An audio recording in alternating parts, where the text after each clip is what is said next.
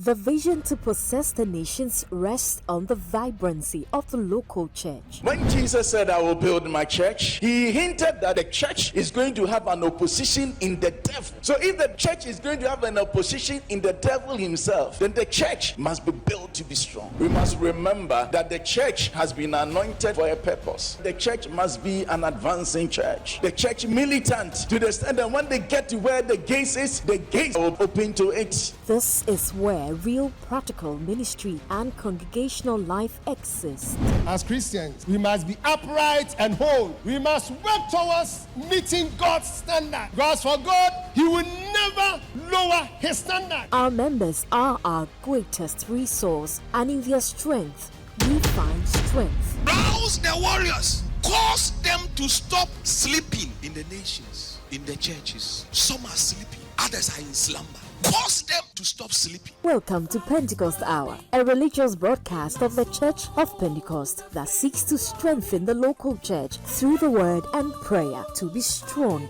cohesive, and impactful. Pentecost Hour, God's timely word for our dying world.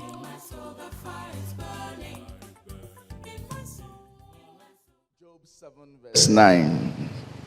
Job 7 verse 9. As a cloud vanishes and it is gone, so one who goes down to the grave does not return. You will not return. The one that goes back to the grave doesn't return to us. And this is a fact of life. Another fact of life is this: death is a fearful thing. It is frightening. I wasn't here to see what happened the other day. But you see, if you're holding the hands of your lover, let's say your wife, or let me say your spouse, and then the person falls down dead, and you realize that the fellow is dead, the first thing you do is to back off. You don't go close. Even doctors, when they are operating on you and they realize that you are dead, they remove their gloves and then they back off. That is how fearful it is. So we are all afraid to die. So when you dream that you are dying, if you don't take care, you go and consult a fetish. Because we all don't want to go that way. But today I want to tell you that that is the way all of us are going. And so prepare so that we will be able to embrace it when our time comes. Death is something that is frightening. 2 Samuel 2 verse 23. You can write that one down. Then the next fact of life is this: death is a serious matter. Death is a serious matter. Death gives no room or space for amends. When you die, you don't go back to reconcile with anybody. When you die, you don't go back to make amends. At least, I'm sure you all are aware of Luke chapter 16 from verse 26. The rich man wanted to come back and then maybe become a preacher now. But Abraham said it is over. There is no space now. You can go home and read Luke 16 from 26 to 31. But let's go back and read Hebrews 9:27. Hebrews 9:27. Death will not give space for anyone to make amends. Just as people are destined to die once and after that to face judgment. So once you die, the next thing is to face judgment. So whatever you did in your body, you will stand in judgment and account for what you did in your body. I met this man who was mourning maybe too much. I thought that after the wife was buried and some months have gone by, he should have been able to overcome the grief. But to me, I thought he was not managing it well. So I went close to him. Then I asked, what is the problem? What is the problem? And then he said this to me, I will never forget. He says that sometimes I feel that I killed my wife. I killed my wife. Sometimes I feel that I killed my wife. So why do you have that feeling? Then he started narrating some stories to me. He never lived at peace with the wife. We didn't know that he was always on the nerves of the wife. Now the woman is gone.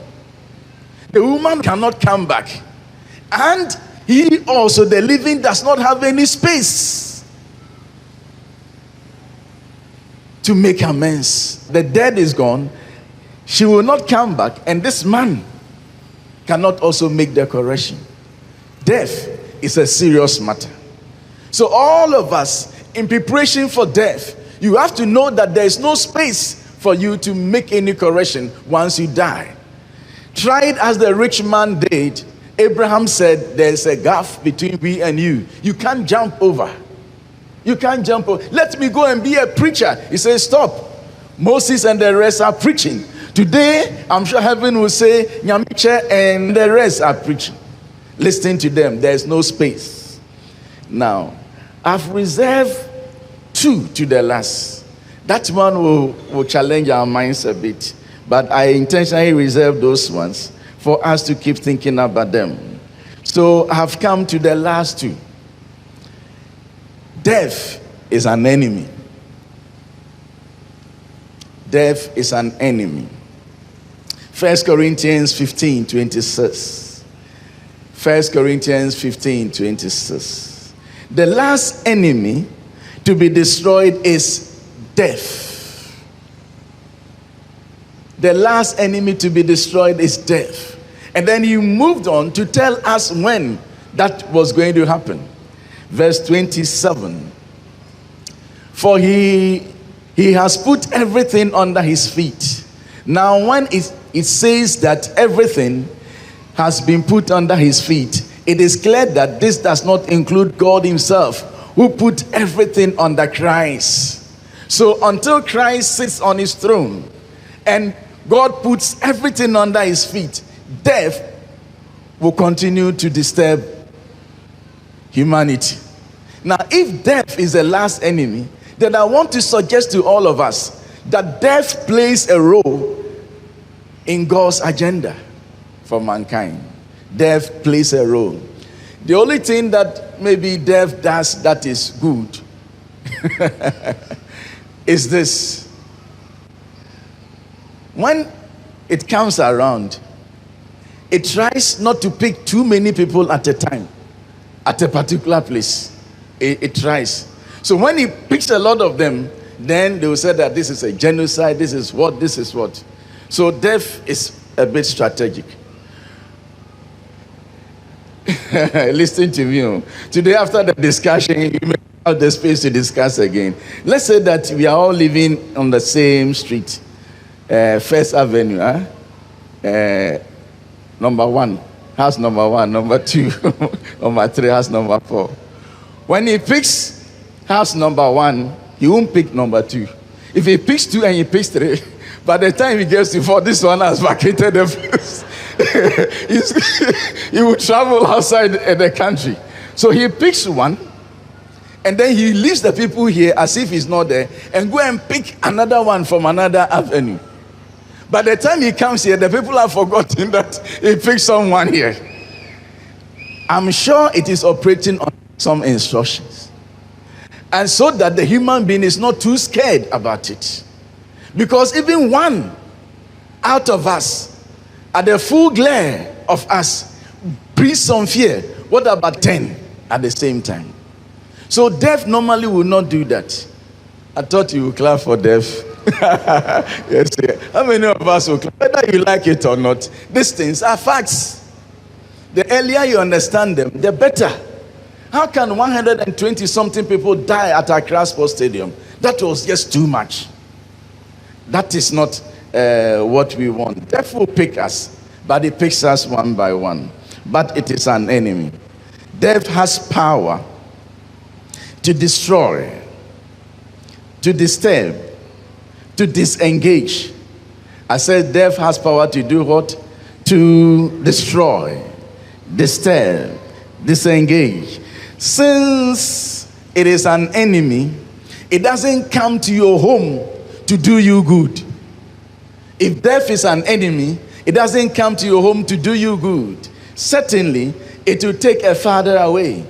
It will take a mother away and leave the children bleeding. It doesn't do anyone good. It will take your husband away. It will take your wife away. It takes children from the hands of parents. And they bleed. They bleed. Death. The tumor, they bleed. Death terminates contracts. When you have a contract and you don't actually sign it well, and you are the boss, when you die, it is over. Sometimes you are even dead, and the people know that you have a contract, your company has a contract, yet because the main person is dead, wicked people will make sure that the contract is terminated. So death terminates contracts. It disengages marriages. It brings an end to marriages. Death terminates your job. If you are the chief executive in a certain company and you die, that position is not reserved for your child. That is the end. Death terminates all these things. Death terminates all these things. Appointments, relationships, death will terminate it. Your office, death will take it away from you. But I'll combine it with this one, and then I'll draw some conclusions. Another fact of life is this: no one dies for himself or herself. You don't die for yourself. Now, if death picks you and it doesn't leave any ripple effect on the living, then death will not have been too painful. But death picks you and it leaves some effect on the living, especially the close family or close friends. Romans 14 verse 7. Shall we read together? Ready, go. For none of us lives and none of us dies for ourselves alone. The next verse is nice, but so let's read the next verse and I'll come back to this one. If we live, we live for the Lord, and if we die for the Lord. So whether we live or die, we belong to the Lord. So this one can stand on its own, because this is a fact. But the verse 7 can also stand on its own. So let's go back to the verse 7. Shall we shout it? Ready, go. For none of us.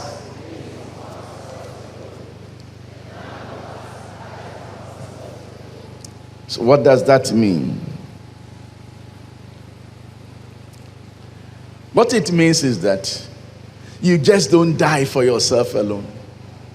The effect of your death is on the living. I went to this school and I saw this lady. I was looking for her, but they said she was praying. I knew where we used to pray, so I was sure she was there. I was getting close to the prayer room. I peeped and I saw that she was there alone, praying. But she's taking a chair like that, and then she was also sitting on a chair. Then she was pointing the hands to the empty chair like this. So I got closer and then made sure that I heard what she was saying. She was saying that, you, God, you took my father away. Then she said, who will pay my school fees? You pay. And she started crying. When she started crying, I just left the place. I didn't want her to see me. But he said, you have taken my father away. There is school fees to be paid.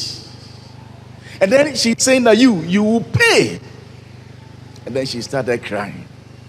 Sometimes you don't even know how to pray in the midst of death. If the man died and the man had gone without all these troubles, death would not have been too painful. That is why there are some people who say, yeah. And sometimes the wickedness of death is this: it comes to a home, and then it is so wicked that it takes the breadwinner away. If death has actually discussed with the Bishop Penny, they would have given death another person. Because they would have given death another person. But it just goes, and then picks the breadwinner, and then he leaves the whole family destroyed, tattered, without hope. It is because of this that we are looking forward to a new heaven and a new earth.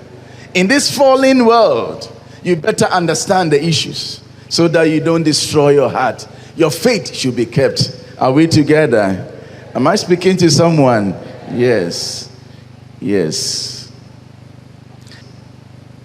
So I'll combine these two. The fact that death is an enemy, and the fact that you just don't die for yourself alone, and that the effect is left on the living, especially those who are close to you. I will suggest two things that we ought to do. Just two things that we ought to do. Number one, try to avoid death too early in life.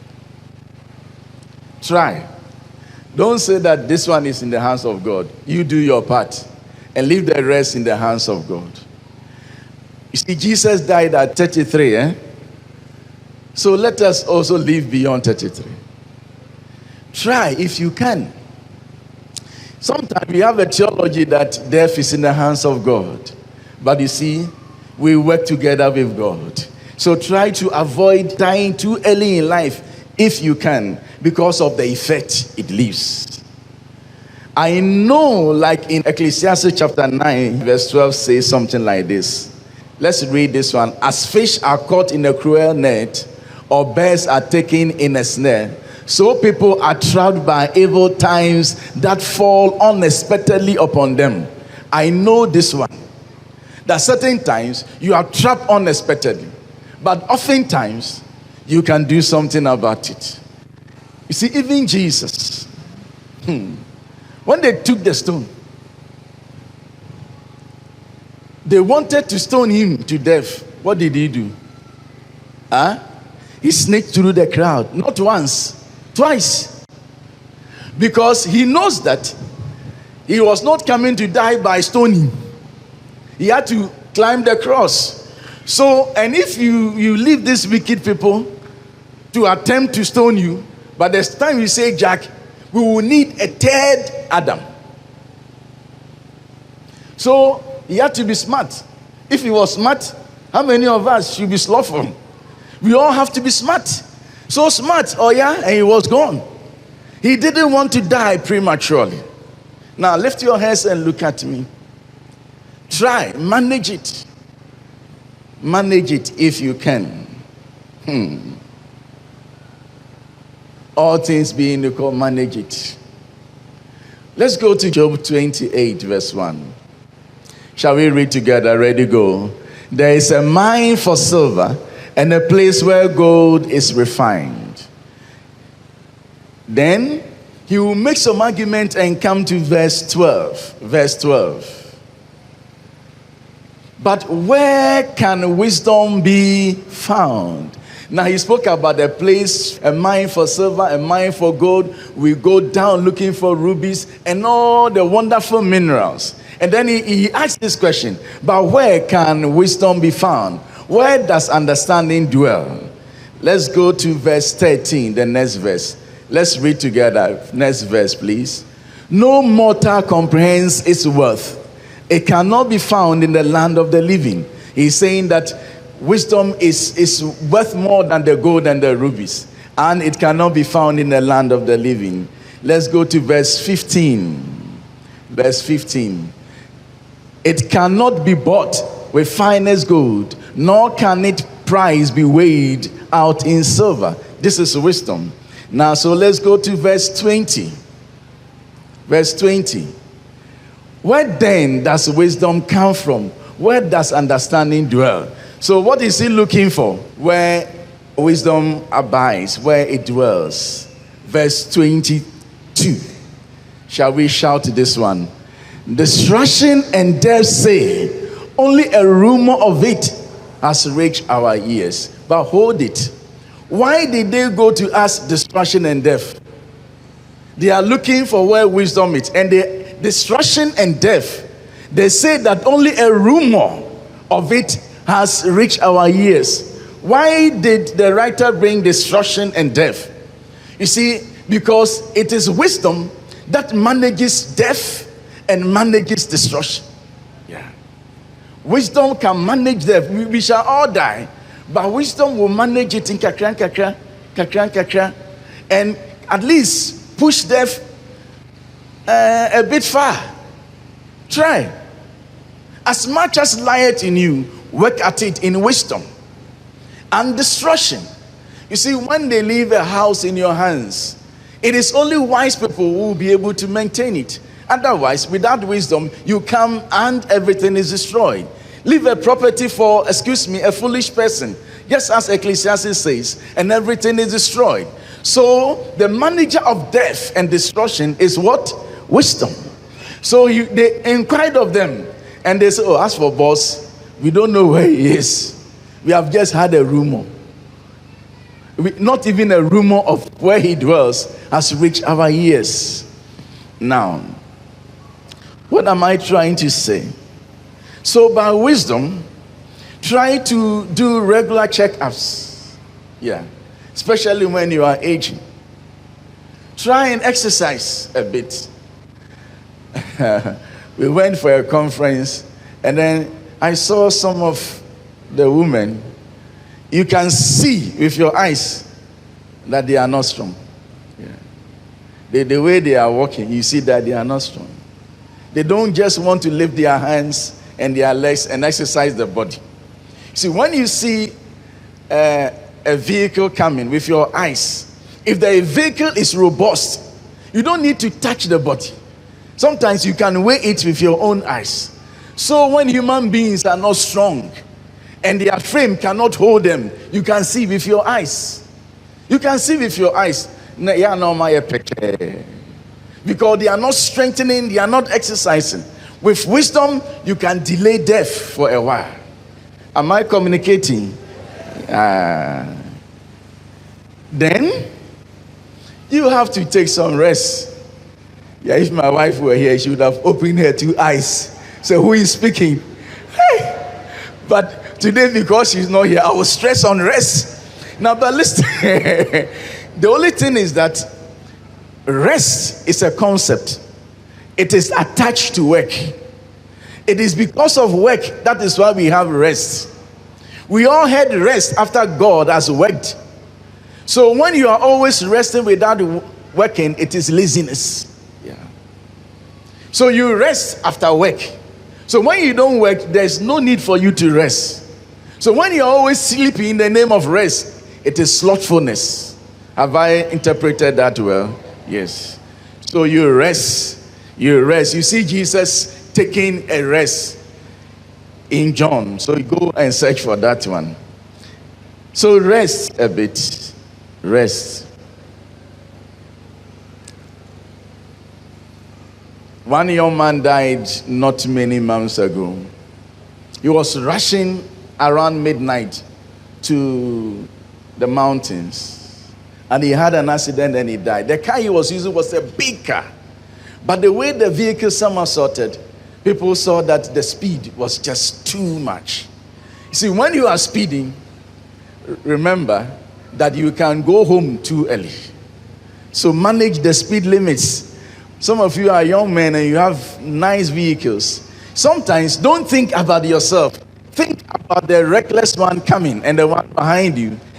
Drive with some wisdom so you can prolong your life a bit, so you are not claimed because of accidents. Living within your means. When you borrow too much, like a certain country, you'll be in trouble. Yes. You'll be in trouble. And the trouble will affect many people.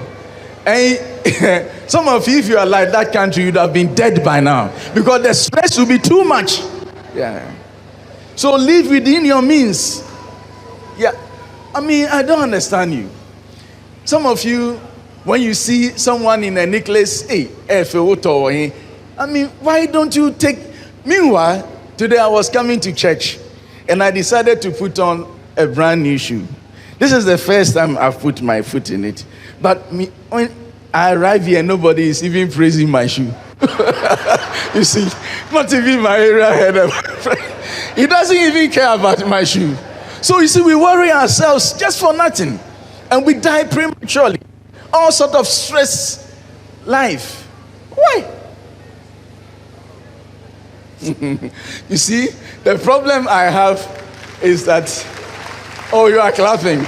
You clap. That's why I said I'm leaving the last one for this time. You see, people work very hard to get money. Now, the doctors will intentionally invite them. Don't eat this. You can't eat that. You can't eat that. Not that he has money, don't take sugar. Don't take milk. When he didn't have money, you see, he stresses himself. And now the body cannot even eat anything sweet. That is how mobile we are. Yeah. Don't eat that. A certain apostle went to see the doctor, and the doctor said, don't eat rice. So, David, rice they made it. Don't eat rice. Say rice they made it. But when the doctor says, make sure that you don't take this because you are diabetic, don't see Coke and say that mekondo. That you'll be dealing foolishly with your life. You go to the premature grave. I don't know how the angels receive people like this, but I can suggest to you. So when they see you coming, they'll say, who is this? They say, I am so sorry. So, why? Why are you coming? There's so much work to be done. And you have come. Some of them will be discussing whether we should beat him and let him go back or we should accept him. Don't take what I'm saying for granted. The problem we have in life, and many of us, we die because of a stressful life. Yeah. Stressful life. And some of the men too, they are married, but they are managing other women. That one too is stressful. Very, very stressful. And some of you too, you are managing some men. Even on yourself, on your mobile phones, the kind of messages you have. When you see your husband coming, you are stressed. These things will kill you, I'm telling you for a fact. It will take you to a premature grave. Number 2, put your house always in order. Put your house always in order before you die. Because you don't die for yourself. So try to put your house in order before you die. It is necessary to put your house in order before you embrace death. I'll give you 2 scriptures. I'm sure it will be self-explanatory. Isaiah 38, verse 1. Isaiah 38, verse 1. This is God himself going to speak. In those days, Hezekiah became ill and was at the point of death. The prophet Isaiah, son of Amos, went to him and said, this is what the Lord says. What? Put your house in order. Because you are going to die, you will not recover. So when God knew that Hezekiah was going to die, God had to tell Hezekiah that we don't die without putting our houses in order. So put your house in order. And then we have also said that wisdom manages well. At least it can push it a bit back. Let's go and see this wise man and his action. 2 Samuel 17, verse 23. 2 Samuel 17, 23. How many teenagers are here? Teenagers, they don't like this kind of preaching. But learn it when you are even a teenager, that is the road that we are all going. 2 Samuel 17, 23. Shall we read together? When Ahithophel, you know Ahithophel? Those days, the Bible says when he spoke, it was as if God himself was speaking. Very wise man. So look at a wise man and his action. When Ahithophel saw that his advice had not been followed, he saddled his donkey and set out for his house in his hometown.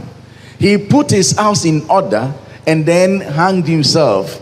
So he died and was buried in his father's house. We don't want you to hang yourself. But when this wise man knew that he was going to kill himself, he even put his house in order. So all of us should put your house in order. Don't say that I don't have houses now. How much do I have? if you have 100 cedis, put it in order. Let your wife know where the 100 cedis is. Put it in order. Let your husband know. Let whoever is supposed to know. Because sometimes you can be trapped. But it is always best when you have managed your life very well.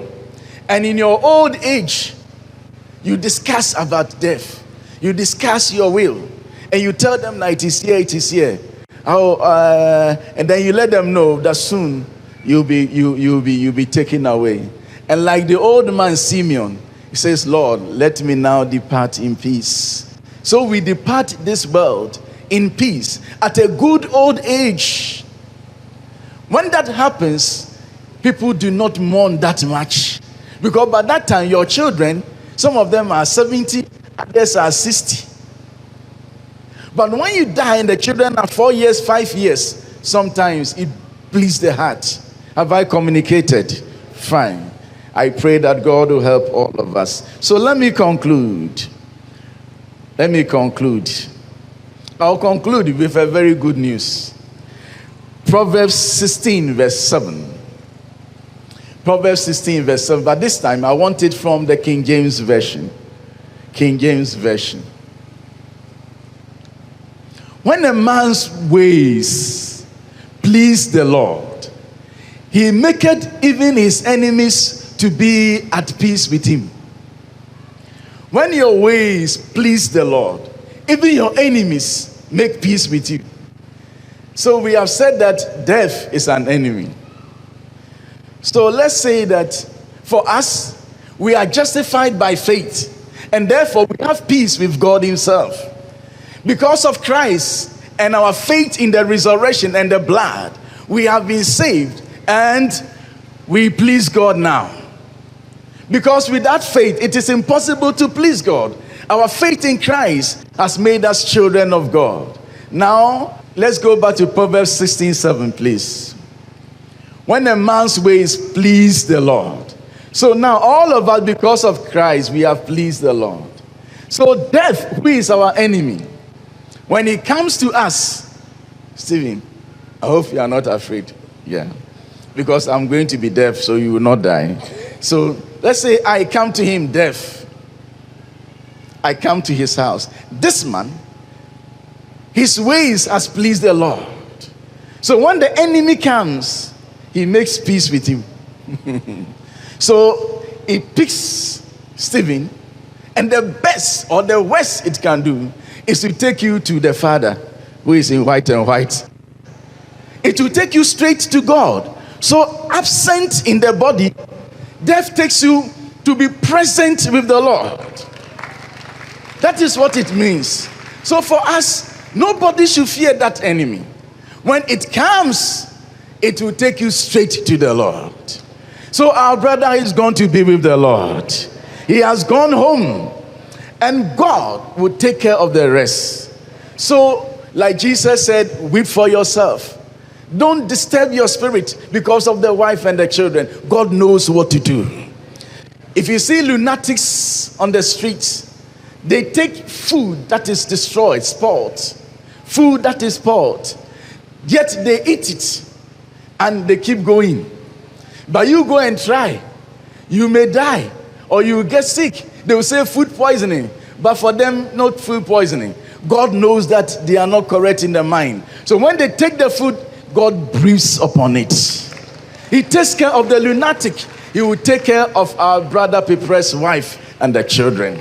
Soon you will see that he will do it. He will fix them at places where you never imagined. God will bring strength to the wife. He will bring strength to the children. He will bring strength to all of us. But as I end, let's read Hebrews chapter 6. Shall we all rise to read Hebrews chapter 6 from verse 16? Shall the choir be made ready, please? Hebrews 6 from 16. Shall we read? Ready, go. People swear by someone greater than, and the oath confirms what is said and put an end to all arguments. 17. Because God wanted to make the unchanging nature of his purpose very clear to the ends of what was promised, he confirmed it with an oath. The next verse, God did this so that by two unchangeable things in which it is impossible for God to lie, we who have fled to take hold of the hope set before us. Yeah, God wants us to be greatly encouraged. He doesn't lie. Now, verse 19. Let us shout verse 19. We have this hope as for firm, and it enters. Verse 20. Where our forerunner Jesus has entered on our behalf, he has become a high priest forever in the order of Melchizedek. Shall we lift up our hands and begin to open our mouth and pray? What did he tell you? What did he tell? What did you hear him say today? How are you going to manage your life henceforth? Shall we open our mouth and begin to pray? In the name.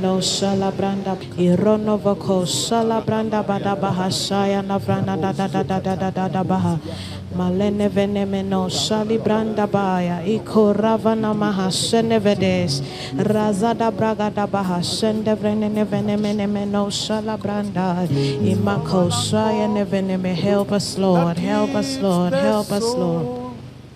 Steadfast and sure, While the billows roll fast into to the ground which cannot move, grounded firm and deep in the Savior's power.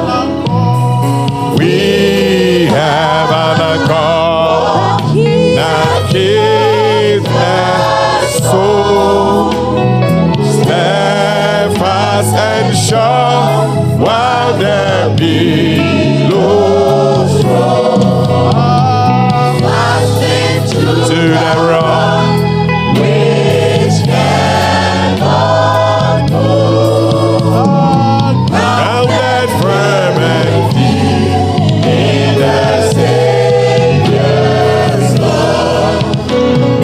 We have an accord that keeps the soul steadfast and sure while the billows roll